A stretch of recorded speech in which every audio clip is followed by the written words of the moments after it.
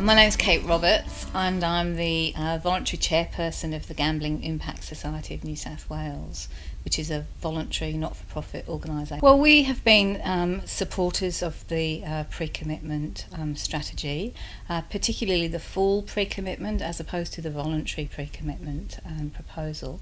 Mainly because we think that this is a strong strategy to address some of the technological issues with regards to poker machine gambling. For a long time there's been a lot of focus on just the individual, and that's a very medicalised model. We support a public health approach, which is basically looking at the issue from a population health point of view, recognising that we have a product in the community that is doing our community harm, and therefore we need to address not just the individual who chooses to gamble on that machine, but also the supply of the machine, the way the machine is actually working, the environment in which it sits, and also the kind of regulation around it. And that's really part of what we call a public health approach, which we've seen models of that developed for alcohol and tobacco, for instance, and we believe that it's very relevant to the whole problem gambling issue.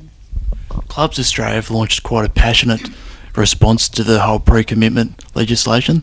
They feel it's going to destroy clubs right throughout Australia. Do you think it will? Certainly, I can understand that clubs would be concerned about increasing regulation around a product that they've become increasingly dependent on. They're not dependent on people with gambling problems, and they really shouldn't have very much to worry about. Most people who gamble recreationally are not going to be really impacted by the pre-commitment strategy, other than the fact that they'll be asked to sign up for a card, and then from there on in they'll be able to set their own limits, manage their own data, and basically have a tool to help them play poker machines or gamble safely.